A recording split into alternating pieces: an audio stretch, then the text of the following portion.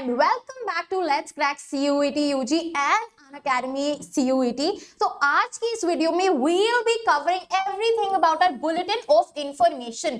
जो BOI है ये एक डॉक्यूमेंट है जो दिल्ली यूनिवर्सिटी ने रिलीज किया है, जिसमें वो पूरा एडमिशन प्रोसेस एक्सप्लेन कर रहे हैं। अगर आपको किसी स्पेसिफिक कोर्स में जाना है तो क्या एलिजिबिलिटी क्राइटेरिया रहेगा, आपको कौन से डोमेन स्पेसिफिक लेने पड़ेंगे, राइट। सो पूरी in depth information regarding your DU admissions हमें UG bulletin of information by the university of Delhi में मिलेगा, राइट। सो ये हमारे ईयर 2023 से 24 के लिए आ चुकी है। So let's quickly get into the video and देखते हैं क्या क्या अपडेट्स है, क्या क्या इंपॉर्टेंट इंफॉर्मेशन है for all the DU aspirants. तो कुछ बहुत ज्यादा इंपॉर्टेंट पॉइंट्स हैं। अगर आप एक बिगिनर हैं और आपको बिल्कुल ही शुरुआत से जानना है कि कैसे CUET का एग्जाम आपको दिल्ली यूनिवर्सिटी में एडमिशन दिलाएगा, तो यहाँ पे सबसे पहली जो चीज यहाँ बोली गई है वो ये है कि अब जो भी आप अंडर ग्रेजुएट कोर्स करना चाहते हैं, अंडर ग्रेजुएट प्रोग्राम करना चाहते हैं, ये वाले होते हैं एकदम जो क्लास 12 के बाद आपकी डिग्री होती है, that is known as undergraduate degree. तो ये अब दिल्ली यूनिवर्सिटी CUET के एग्जाम से लेगा, राइट। सो CUET एग्जाम आपको देना पड़ेगा, क्लियर है। Except for school of open learning, अगर आप ओपन में जाना चाहते हैं तो वहां पे CUET नहीं चलेगा। एंड NCEEB, राइट, एंड साथ में फॉरेन नेशनल्स, ये इनको CUET देने की जरूरत नहीं है, बाकी सबको भैया CUET देना होगा फॉर DU एडमिशंस, राइट। दूसरी चीज जो आपको याद रखनी है कि बिना बुलेटिन ऑफ इंफॉर्मेशन पढ़े प्लीज बिल्कुल भी फॉर्म फिल नहीं करने हैं, DU की आस नहीं लगानी है, क्योंकि इसमें सब कुछ आपको शुरुआत से बताया गया है। तीसरी सबसे इंपॉर्टेंट चीज कि आपको क्लास 12 एग्जामिनेशंस या फिर इक्विवेलेंट जिस भी बोर्ड से आप हैं, क्लास 12 आपको पास कर लेनी चाहिए, राइट। अगर आप अभी क्लास 12 के एग्जाम्स दे रहे हैं, you are eligible for the CUET exam. आप अपने फॉर्म में फिल कर देंगे कि करंटली इन क्लास 12, राइट। तो ऑप्शन आता है, सो क्लास 12 के बाद ही एग्जाम होगा, पासिंग मार्क्स आ जाने चाहिए, राइट, क्लियर है। So the candidate must have passed class 12 examination of any board university examination in India, right, और any foreign country recognised as equivalent of 10+2 system, clear है। चलिए अब सबसे इंपॉर्टेंट जो हाईलाइट भी किया हुआ है, सिर्फ और सिर्फ वही डोमेन स्पेसिफिक माने जाएंगे DU के अंदर जो आपके पास क्लास 12th में है।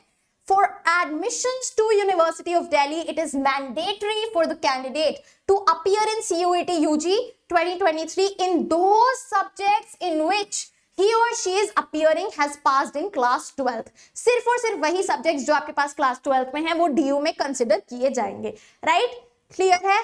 तो ये सब कुछ एक बहुत इंपॉर्टेंट क्राइटेरिया है। एक और हम डिस्कस कर लेते हैं, 6th पॉइंट। अगर आपका जो सब्जेक्ट आपके पास है अपने बोर्ड में वो मेंशन्ड नहीं है इधर जो हमें बुलेटिन दी हुई है, तो आपको ऐसा सब्जेक्ट लेना है जिससे वो बहुत ज्यादा क्लोजली रिलेटेड है। फॉर एग्जाम्पल, अगर आपने बायोकेमिस्ट्री पढ़ी है तो आप बायोलॉजी ले सकते हैं, right. So closely related subject select करना है अगर वो उस लिस्ट में नहीं है। अब हम आगे चलते हैं और देखते हैं हमें कैसे डिसाइड करना है कौन सा कोर्स के लिए हमें कौन सा एग्जाम देना होगा। जैसे कि आप सबको पता है CUET 3 सेक्शंस में डिवाइडेड है, लैंग्वेजेस, डोमेन स्पेसिफिक और general test, right. General test का एक ही एग्जाम होगा। डोमेन स्पेसिफिक के अंदर आपको मिनिमम 3 सब्जेक्ट्स तो चूज करने हैं अगर आप दिल्ली यूनिवर्सिटी में जाना चाहते हैं, क्योंकि मोस्ट ऑफ द कोर्सेज में मिनिमम 3 डोमेन सब्जेक्ट्स मांगे गए हैं, राइट, क्लियर है। सो सिर्फ और सिर्फ वही सब्जेक्ट जो आपके पास क्लास 12th में है, तो इस लिस्ट में से आप टिक और क्रॉस लगा लीजिए आपके पास क्लास 12th में कौन कौन से सब्जेक्ट्स हैं, और वही होंगे जो आप दिल्ली यूनिवर्सिटी के लिए देंगे, राइट। अगर आप किसी और यूनिवर्सिटी को टारगेट कर रहे हैं तो उसका भी आप यहाँ पे टिक लगा सकते हैं ओवरऑल CUET फॉर्म के लिए। और लैंग्वेजेस में देखिए, candidate must appear in at least 1 language, एक लैंग्वेज तो आपको देना ही है, right. Candidate must appear in the language he she has studied in class 12th। तो भैया English, Hindi, whatever you have, एक लैंग्वेज तो आप ऑप्ट करेंगे ही। जो सेक्शन 1B है वो जैसे मैंने बताया फॉरेन लैंग्वेज में अगर आप कोर्स परस्यू करना चाहते हैं उसके लिए है, क्लियर है, राइट। चलिए अब इसके बाद हमें क्या देखना है, candidate must refer to the program specific eligibility to choose domain specific subjects in which he she should appear. अब हम प्रोग्राम स्पेसिफिक अपनी एलिजिबिलिटी चेक करते हैं। चलिए सो यहां पे अब हमें एक लिस्ट दे दी गई है लैंग्वेजेस में कौन कौन से कोर्सेज कराता है DU, जरा ध्यान से देखिए। BA Arabic, Bengali, English, French, German, Hindi, Italian, Persian, Punjabi, Sanskrit, Spanish and Urdu, right, जो हमारी लिस्ट 2 में है। आगे चलते हैं, यहाँ पे आप आर्ट्स एंड सोशल साइंसेज में अगर देखेंगे, थोड़ा सा जूम कर देती हूं, राइट, ये सारे कोर्स आपके पास अवेलेबल हैं, राइट। अब आप इसमें से पहले टिक और क्रॉस लगा लीजिए कि आप कौन सा कोर्स में इंटरेस्टेड हैं। यहां टिक और क्रॉस लगाएंगे, फिर उसके हिसाब से प्रोग्राम वाइज एलिजिबिलिटी चेक करेंगे, राइट। अब जैसे मैं यहाँ पे टिक लगा देती हूँ कि मुझे BA ऑनर्स साइकोलॉजी करना है, इकोनॉमिक्स करना है, हिस्ट्री करना है, राइट, पॉलिटिकल साइंस करना है और BA प्रोग्राम करना है। क्लियर है? अब मैंने ये यहाँ टिक लगा दिया। अब मैं आगे जाके इस डॉक्यूमेंट में इनका एलिजिबिलिटी क्राइटेरिया देखूंगी कि भैया BA ऑनर्स इकोनॉमिक्स के लिए मेरे को कौन सा एग्जाम देना है, domain specific, language test, general test, और डोमेन स्पेसिफिक में भी कौन से सब्जेक्ट्स मांगे गए हैं, राइट। तो यहाँ टिक लगाया, तो ऐसे हमारी एक्सरसाइज होगी।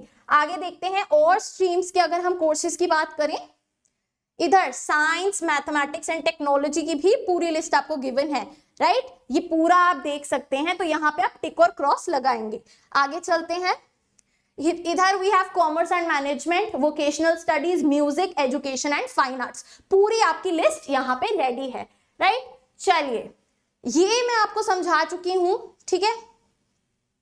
आगे देखते हैं, अब DU ने एक चीज अलग करी है कि इन्होंने डोमेन स्पेसिफिक को ना 2 लिस्ट में डिवाइड कर दिया है, लिस्ट B1 और लिस्ट B2। क्लियर है? सो इसका आप एक स्क्रीनशॉट ले लेंगे और टिक लगाएंगे आपके पास अपनी क्लास 12th में B1 लिस्ट में से कितने सब्जेक्ट हैं और B2 लिस्ट में से कितने सब्जेक्ट हैं। क्लियर है? फॉर एग्जाम्पल यहां मैं लिखती हूं, मेरे पास है इकोनॉमिक्स, ज्योग्राफी, ठीक है, पॉलिटिकल साइंस, हिस्ट्री, और यहां से मेरे पास है फिजिकल एजुकेशन। तो B2 लिस्ट से एक हो गया और B3 से, B1 लिस्ट से मेरे पास 4 सब्जेक्ट हैं। क्लियर है? तो ऐसे आप टिक लगा लीजिए क्योंकि हमें आगे प्रोग्राम स्पेसिफिक एलिजिबिलिटी में ये मदद करेगा। चलिए, अब यहां से हमारा क्राइटेरिया शुरू होता है कि कौन सी कोर्स के लिए क्या प्रोग्राम एलिजिबिलिटी है। चलिए देखते हैं।